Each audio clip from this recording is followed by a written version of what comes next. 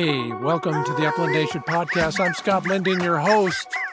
We're doing a special insider edition right now, and I can't wait to talk with Scott Trulock of Trulock Chokes about the whole process from billet to boom. We're going to cover everything you ever needed and wanted to know about choke tubes. Can't think of a better authority to talk to about all of that. The reason?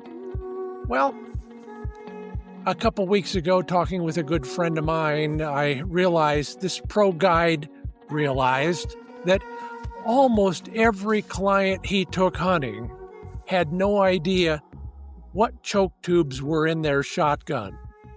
And if you don't know what kind of chokes you got in there, what constriction, or any other aspect of that choke tube, there's a good chance you're probably not shooting as well as you could be. We'll go down and dirty with one of the guys who makes them all day long for you and me. So stay tuned to this insider edition of the Upland Nation podcast. We're made possible by CableGangz Stakeout Systems, Mid-Valley Clays and Shooting School, Trulock Choke Tubes, Purina Pro Plan Sport Dog Food, Sage and Breaker Gun Care Products, Pointer Shotguns, and High Vis Sights.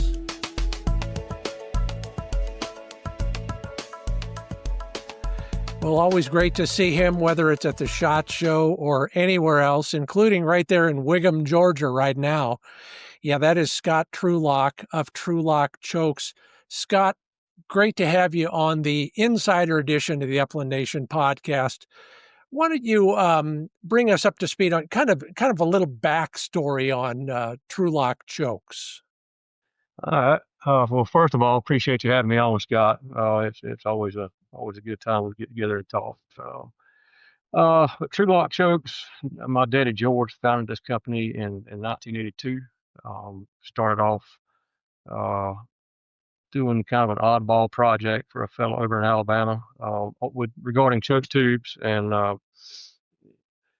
they worked together for a while doing that, and then he decided he could make a better choke tube, and he came up with a true choke tube. That was designed to be retrofitted into guns that did not come with choke tubes. Just basically a different style thread. And the true choke's been used, obviously we make it, but it's been used by a few different OE gun companies as their production choke over the years. But he rolled in from, making the true choke and putting together an installation kit that gunsmiths, he would send out to gunsmiths so they could retrofit them, and so we started with just a couple of SKUs, and now we're over 3,000. Wow, 3,000 different types of choke tubes. That's mind-blowing. Yeah, that's not different threads necessarily. It's not necessarily different threads, but different constrictions within a family of chokes and different versions of this choke and that choke. So, but yeah, we're over 3,000 now. Why would anybody need to make 3,000 different choke tubes? I don't know. Sometimes I wish we didn't, but it's so you have a different constriction. Most families of chokes, they'll have anywhere between 8 up to 15 different exit diameters. Okay. Then you have bright chokes, black chokes with the same exit diameters, flush chokes with the same exit diameters, and so that's how you get to 3,000, because you've got all these different versions of the same thing. That reminds me of a conversation I had earlier today with somebody in the outdoor apparel business. I was actually instructed on this by Tim Boyle at Columbia Sportswear several decades back. we're all in the fashion business. You got to offer a black version, a shiny version, and maybe 3, 4 other different versions, right? Yeah, yeah, camo, Cerakote, you name it. You know, Yeah. Hey, uh, answer this. looks sell, whether it's tube or clothes or whatever. You know, it's got to look good, got to catch the eye. I'm amazed and probably disappointed in that, but uh, it's a classic case of consumerism in action, and I'm glad you're taking advantage of it. Uh, you took over the company a few years back. Must have been daunting to follow in your father's footsteps. What have you done the same and differently since George handed it over to you? Uh, well, yeah, it was, that was a big mountain to climb, and I'm still climbing it. So, yeah, it was a lot to take on all at one time. You know, we had been kind of working towards that end, uh, anyways, before he passed away suddenly, and so thankfully we had been working towards that. So it wasn't just all brand new. Here you go, make it work. So we really haven't done a lot different. I can say the biggest shift that I have, as far as day to day running of the business, pretty much stayed the course. There was a reason this place has been around for 40 years, and you don't want to. Obviously, it works, so you don't want to stray too far off that path, right? Biggest thing is, Daddy was very old school with a lot of things, and uh, I can the social media aspect of business, which is something that you have to have nowadays. That was he wanted to pick up a magazine and find what he needed to know. He didn't want to social media was not his cup of tea. It's not mine either, but I understand that it's vital. Um, we have gotten away from almost all print advertising. I mean, I do very little of it now. There are a few exceptions, but majority of my stuff is web based, social media based advertising. Because folks can't find it on this right here, uh, it. A lot of times they just won't even go look for it. That is absolutely the truth, and it comes that whole concept comes home to me every day because I have to be on it as much or more than you do. Um, let's jump out of marketing per se and into manufacturing. I promised listeners and viewers that we would talk about everything from the billet to the bang, and a lot of folks they don't understand the value of a high quality engineered choke tube versus the stuff that they get when they buy a shotgun off the shelf, or even perhaps a shotgun that's been built for them, for example. Uh, how does that all work? I Hmm. mean, what kind of materials are you using, and how does the process begin? So the bulk of the Trulock brand choke tubes are made from 17.4 stainless steel. Actually, all of our chokes now are made out of 17.4 or stainless steel version of some sort. But the majority of them are 17.4, and basically, we've got a bunch of CNC lathes in the shop and mills. I don't know if you viewers can see this, but we start with a bar. This is a 3 foot bar, solid bar, and it gets loaded into the machine, um, and the machine does its thing. It drills and turns and cuts threads and bores it out to the right diameter, whatever we tell it to do, and you end up with this is a scrap choke, but one of these, so that 3 foot bar gets chopped up into little tiny chokes, less than 3 inches long. and we machine it. And that's basically it. It sounds fairly simple, but I promise you, it's not. We hold we go through great lengths to hold very tight tolerances on everything we do, so that the customers getting what we say they're getting, and not just getting a piece of pipe with a hole through the middle of it. I've seen the process in action. I understand how it works. It's got to be daunting to be as obsessed about quality control when you have all of these things that are moving fast and moving. They're sharp objects. They're dangerous things to work with. But taking it from the beginning, when you when you're looking for the need for another choke tube to add to your 3,000 SKUs, what do you look for? Is it demand from the consumer side? People call you and try to order one? Or do you stay on top of the market, such as it is, and try and anticipate demand? Yes, yes, and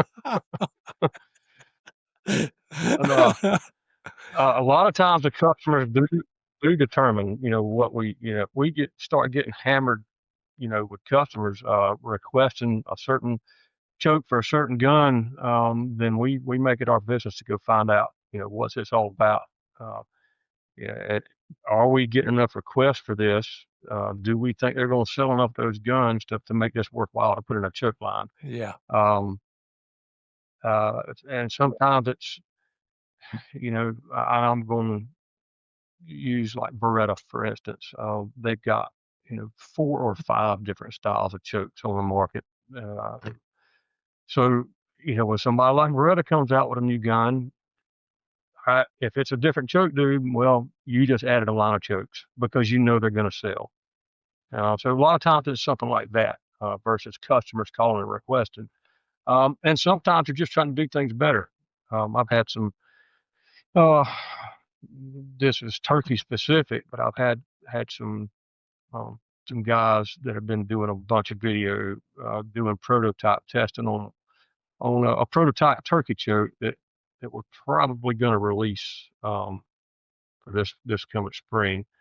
Uh, there's a lot of excitement about it. I've still got a bunch of shooting to do before I say, yeah, we're going to do it, or no, we're not. But probably we're going to do it. Just trying to get a better choke that kind of fits, uh, a wider variety of turkey shells than some of the stuff we've gotten. Let's just take that one because you're working on it right now. This is maybe top priority considering spring may as well be here already. So, what are you doing to test that, and what is the ultimate result you're striving for with a new version of a turkey choke? Well, so we've got, this specific choke we're talking about. It's going to be a 20 gauge choke. Just because TSS has driven 20 gauge turkey chokes, just driven sales through the roof.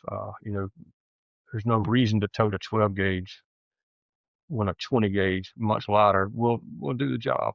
So 20 gauges are very popular in the turkey world right now, thanks to TSS. Uh, so we've got, in most lines, we've got, maybe 5 different turkey constrictions, and then some specialties added to that, a couple of different special chokes that we make.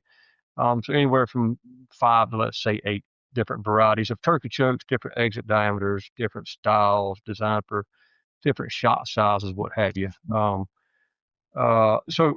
the goal with this was, we've got some really tight stuff, and we've got some fairly open stuff, and they both shoot well within their respective lane. So you're not going to use this super tight choke with this type of shot, this heavy of a load. It just doesn't work. So with the one I'm after now is to try to get a great patterning choke tube that can be used with a wider variety, not something so specific. And TSS is the name of the game. This is geared towards TSS, not lead. So that's why, we're doing this. TSS seems to be the big thing in certain aspects of the shooting world. Briefly speaking, we're talking about tungsten super shot. I think that's what they call it. Am I on the right track there? Tungsten's, yeah, And the tungsten advantage super shot. the advantage to that over lead, especially in an upland situation, is what? Pellet count, pellet density, pattern performance. TSS is perfectly round. It's hard. It's heavier than lead, denser than lead, and you can pack a bunch of tiny pellets into a shot shell. Uh, I don't remember this. I don't even want to pull numbers off me, but a 1 ounce load of TSS would be something like maybe 400 pellets or something. Yeah, of number nines. So that's a lot of shot, and it's just going to hit harder than lead will. More mass, and like you said, it's also just the sheer number of pellets that you might get into a target. That makes, to a bad shooter like me, it makes all the sense in the world. Now, if we could only buy it a little bit more affordably, but I get it, and you've got to respond to that market. Yeah, Do you? Do you? I was going to say pattern every tube you bring out, but you must have to do something like that. And how do you determine what to do at that last half inch or last inch of the choke tube to make these things more efficient, and then define efficiency for us? mm, well, I guess efficiency would be whatever choke works patterns the best with whatever shot shell you're using. Gives you, the best, the best pattern, the best back limit, most clay breaks, whatever your game is. So yes, we shoot most of the stuff that we build. There are some odds and ends. It's so, but you've got cylinder through full choke in just about everything, right? And yes, we have shot most of them, and most of the gun and most of the choke designs that we make. But so if you take a rim choke, um, cylinder bore, and you go down, let's just say you were developing that today, rim choke. So brand new choke tube. So you shoot cylinder through full, extra full turkey, whatever constriction you're going to shoot. Um, Make sure you're getting the patterns you're supposed to at the distance you're supposed to. Uh, uh, there's no real, there's no industry, there's no written standard. It's just kind of, all right, everybody kind of agreed at some point, I guess, all right, this is what it should be, and this is what we're going to use. So um, there are percentages that everybody kind of goes by as far as pattern performance. Um, and all right, so we got the Remington out the way. It's set, good to go. All those constrictions work just like they're supposed to. All right, well, here comes gun company XYZ. Well, they've got a choke that's almost like a Remington.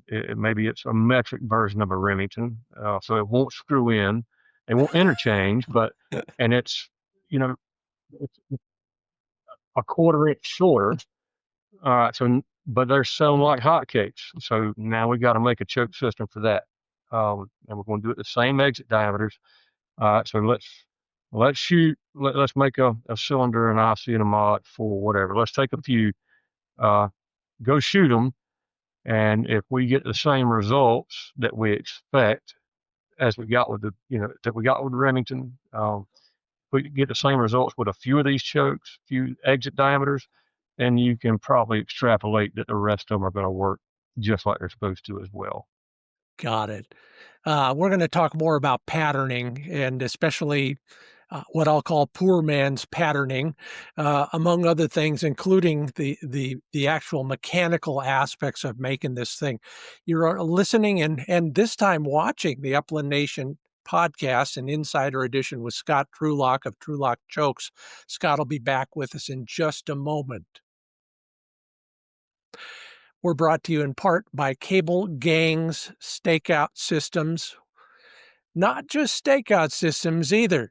These guys have some of the best roading rigs on the market, and I'll be talking with Brennan about that very soon on one of these broadcasts. In fact, roading is something that most of us kind of believe in but don't do enough of. But Brennan Landry has designed some efficient, easy to install roading rigs for any number of dogs. So if you're big on the roading thing, he's got something for you, as well as, frankly, the best stakeout system I've ever seen. Robust, well engineered, the right materials. Learn more about them and use the promo code CG10 for 10% off everything at CableGangz.com. And of course, this year I was recently out there to Heartland Lodge near Nebo, Illinois. I'm going to start calling it Mark Twain country. It's just along the Mississippi River. You can drive along next to the barges and see how that whole scene goes, and then skip right into that hunting hotbed of Pike County, Illinois. Incredible place. Orvis endorsed bucket list destination.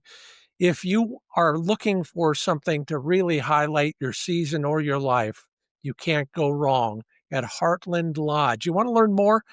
And by the way, every time you show up, there'll be a goodie basket waiting for you in your room. Thank you to Tim. Thank you to Zach for all those great ideas. New facilities, more ground to cover, incredible dogs and guides if you need them, all available right there. Learn more at heartlandlodge.com. Welcome back to the Upland Nation podcast, Insider Edition. And on the other side of the screen, one of the insiders I love talking about. I learn something from you every time. Scott Trulock of Trulock Chokes. Scott, let's jump right back in. You know, a lot of us talk a good game about patterning our guns, but this whole discussion we're having started with something even more basic. A pro guide friend of mine said, you know, most of the guests that I take hunting, they don't even know what constriction they have in their shotguns, let alone how to change it or anything else. And you've got some tools on your website that can help with that. If I wanted to figure out what that constriction was, or if I wanted to figure out I need a new set of choke tubes and I don't know where to start, you've got some pages that will help us with that, don't you? Yep. Choke info pages. There's a lot of info that you can use to figure out what chokes you have. And, you know, a lot of manufacturers with the factory chokes, they get notches or dots or stars or something other than, you know, this is a modified choke to tell you what it is. So you can figure out what you've got, the not difference, the notch numbers that come on a lot of them. Yeah, a lot of info. You can walk us through some of that. And then, of course, that will open your eyes, I guarantee you. Back to the patterning thing, and you were describing before the break. Describe for the average run-of-the-mill bird hunter, he's hunting pheasants in South Dakota, for example. Patterns, a good pattern looks like what, as opposed to a bad-looking pattern? Well, so maybe a bad pattern, maybe you're not shooting at the right distance for that choke. I mean, that's, you know, that's one possibility. But a good pattern, I guess what you're really looking for, you want a minimum of 70% of the total payload within a 30-inch circle. 30 inches is kind of the norm for everything except for turkey and predator. Okay, predator uses like a 20-inch pattern board. Turkey typically 10-inch. Wow. But again, that can vary. There's no set standard for any of this stuff. But a minimum 70% of the total payload within your 30-inch target at the distance you're shooting.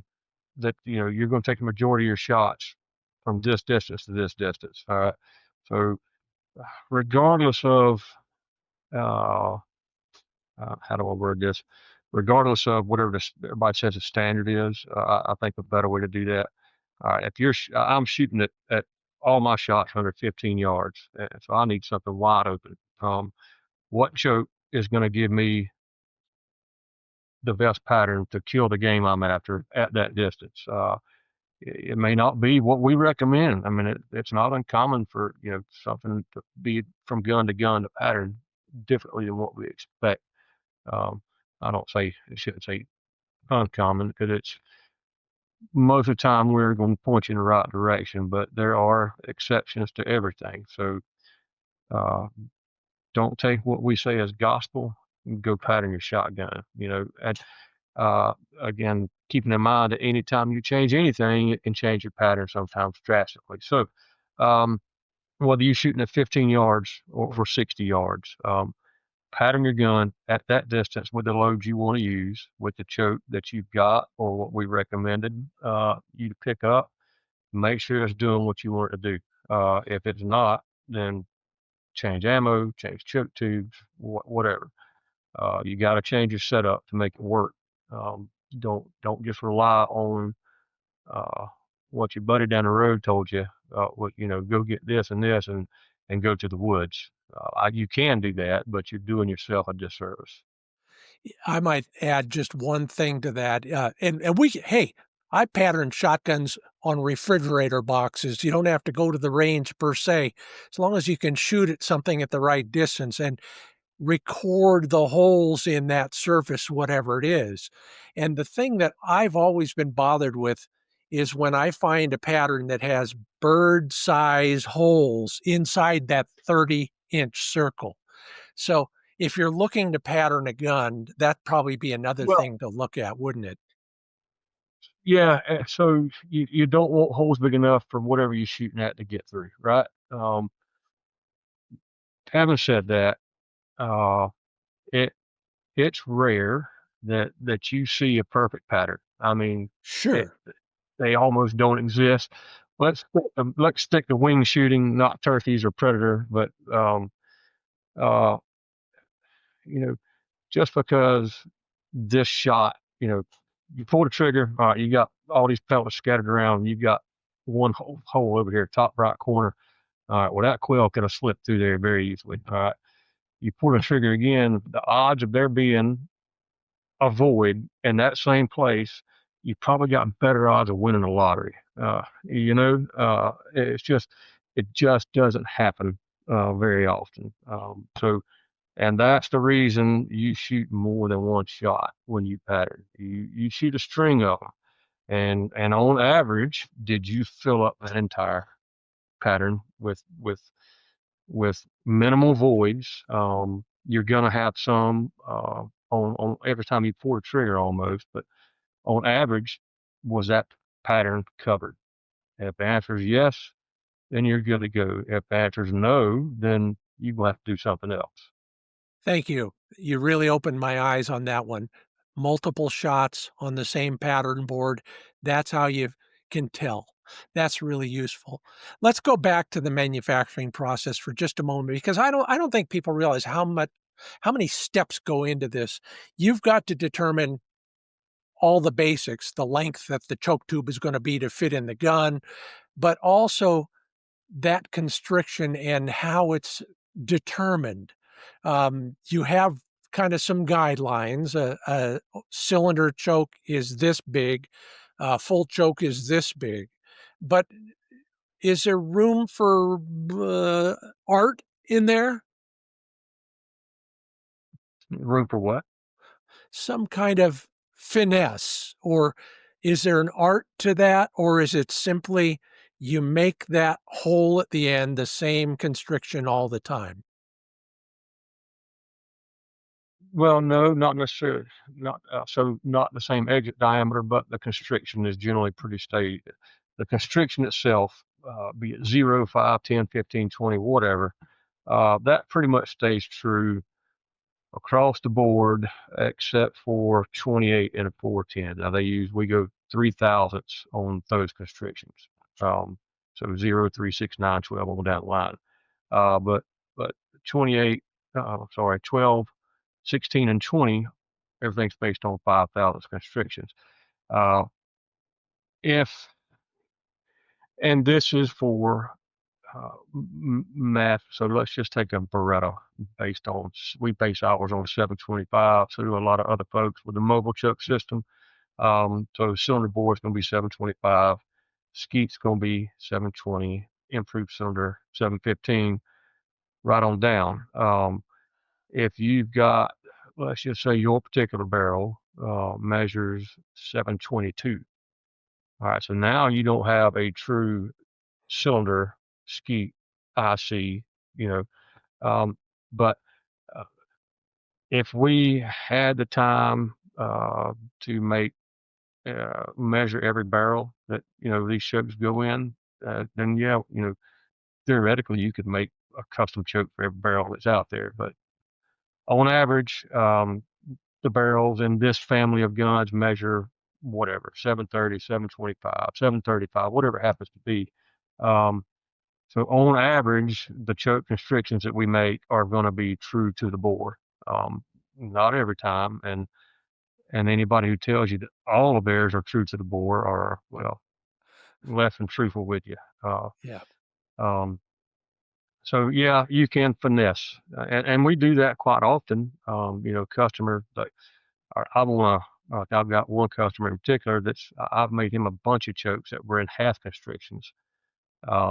Just what he wanted. So okay, Yeah. if you want them, I'll make them. Yep. So, and then you get into custom choke where you can, you measure the bores and you make chokes that are true to that barrel. So yeah, there's no, you can do anything you want to, Scott, as long as somebody's willing to pay for it. Hey, everybody, pay attention. Speaking of that sort of thing, kind of related, flush chokes versus extended chokes. What's the advantage to those extended chokes? What does that bring to the table when it comes to our shooting ability or efficiency? Well, we'll start with patterning. On average, 15 thousandths constriction extended choke versus a 15 thousandths constriction flush choke. Theoretically, they should pattern the same. Most of the time, the extended choke is going to pattern slightly tighter. You're only talking a couple of percent, and you would have to shoot a lot of targets to see that start holding true. Slightly tighter, but more immediately, they generally pattern a little more uniformly than the same flush choke will. And again, that is not true across the board. Sometimes a factory, the choke that came with your Winchester shotgun flush choke will outshoot any aftermarket choke that's out there. It happens sometimes, but on average, you get a better pattern out of your extended choke. The other advantages are you can tell right away what's in the end of your gun by looking at it. You have to unscrew it to see what you got. Hopefully you unscrew it, not stick your face over the end of the muzzle. Kids, don't try this at home. if you and we've all done this, you prop your gun up against the truck, something, and turn around and kick it, and over it goes. Well, if you've got an extended choke in the end of your barrel, it's more likely to hit the choke tube than the end of your barrel. So it helps protect the end of your barrel somewhat. I like that. What another great selling point from Trulock Chokes. The other thing that I would add, if you're so into this that you're changing chokes a lot, you can almost always, almost being the key word, remove those extended chokes with your fingers instead of with a choke tube wrench. Scott? Yeah, they are made to just tighten down by hand, but we always tell folks, unless you're going to be changing this thing, all the time, put it in your gun, tighten with a wrench just a little bit. You don't have to, just recommend it. I get it. Because and if you're not doing it, everybody, check your choke tubes every time you take your gun out of the case and start a hunt. Like Scott says, don't lean over and look at it, but make sure they're in there nice and tight, or else something embarrassing could happen down the road. Let's talk about the care and feeding of choke tubes. Flush, extended, something else, who knows? How often should we be taking those out and lubricating them, and with what? Uh, as far as what, a high quality gun oil, whatever Oil. you clean your gun with is fine for a choke tube. And as to how often, hopefully every time you use it. Doesn't always happen, but especially in wet environments, even though our chokes are stainless steel, your barrels are not, and rust moisture will get in there if you're duck hunting or sitting out in the rain, whatever. Moisture will get in there. So clean your choke tube every time you clean your gun. Hopefully, take it out, clean your bore first with the choke tube in, and then pull your choke tube out, brush out the threads of the choke and the barrel. Light oil on both surfaces and screw it back in. We've all faced this, and so have you, I'm sure. We didn't do what you just described, and we've got one stuck in there. Besides going to a gunsmith, is there anything we can do that wouldn't hurt the gun or the choke tube before we resolve it with a professional? Soak it, spray The something. easiest thing to do at home, easiest thing to do at home is to get, and there are some finishes on guns that can be damaged by some gun oil, some solvents. So be careful. Um, I hope that you already know what you can clean your barrel with and what you can't. Okay, so if you can clean your barrel with it with no damage, then you're fine to do what I'm fixing to say. But uh, glass jar, a glass, something that won't dissolve with solvent, because yeah, I've done that.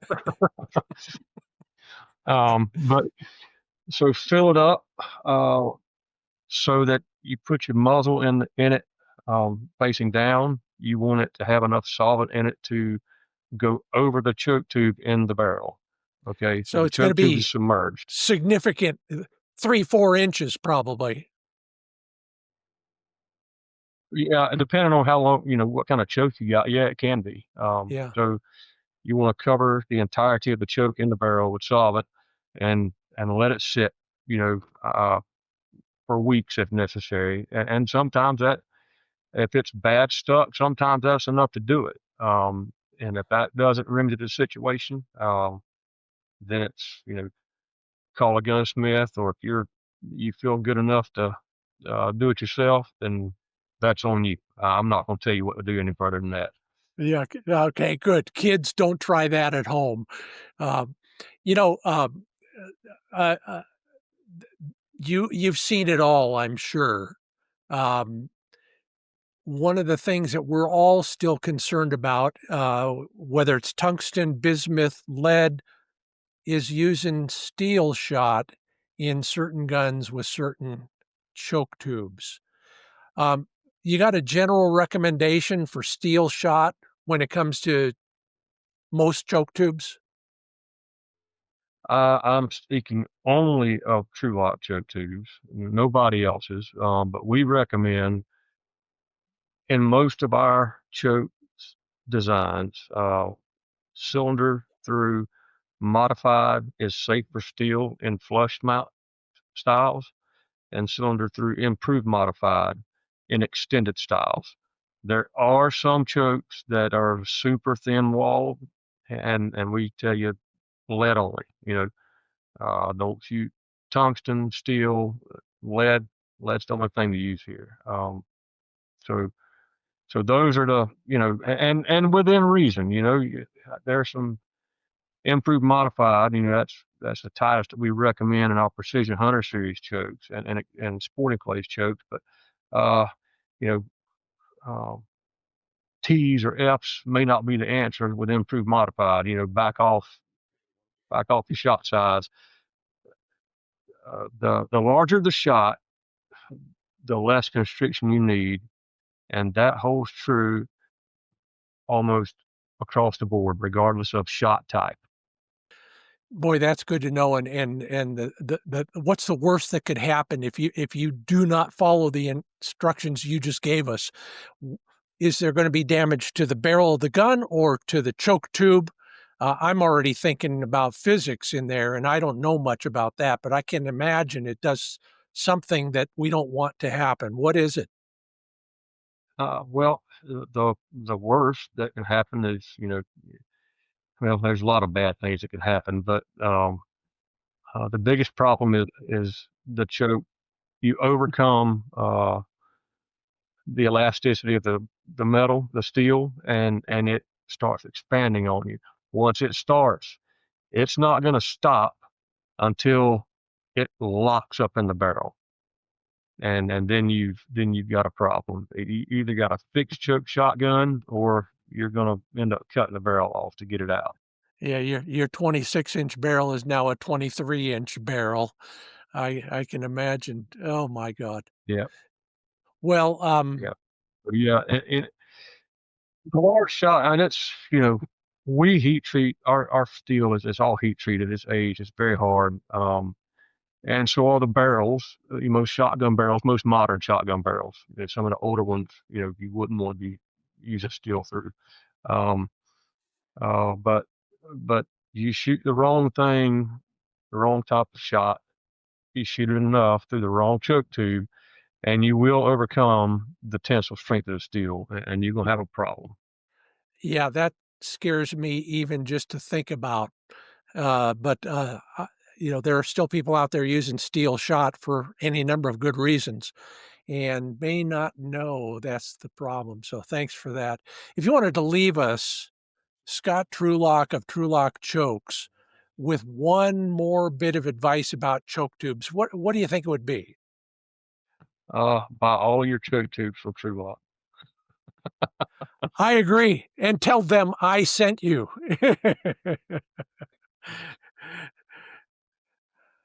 Well, No, I think, regardless of advice or whatever you hear on the internet, do your homework.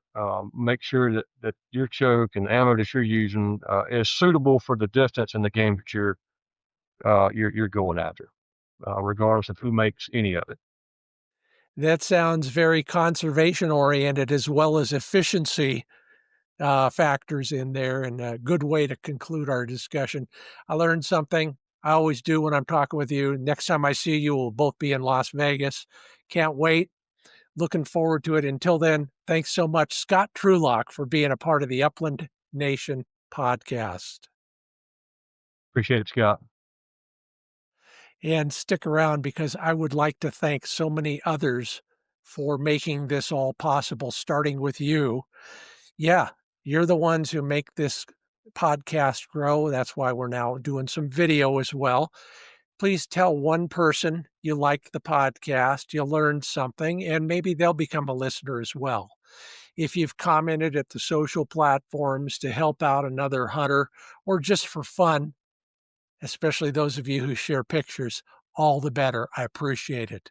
If you left a rating or you will leave a rating, thanks in advance. And of course, our sponsors make this all possible. The Insider Editions are brought to you by CableGangz Stakeout Systems and Heartland Lodge, heartlandlodge.com, CableGangz.com, with additional support from Mid-Valley Clays and Shooting School, Trulock Choke Tubes, Purina Pro Plan Sport, Dog Food, Sage and Breaker Gun Care Products, Pointer Shotguns, and High Viz Sights. Until next time, sure appreciate you listening. Thanks a lot. Have a great season. I'm Scott Linden with the Upland Nation Podcast.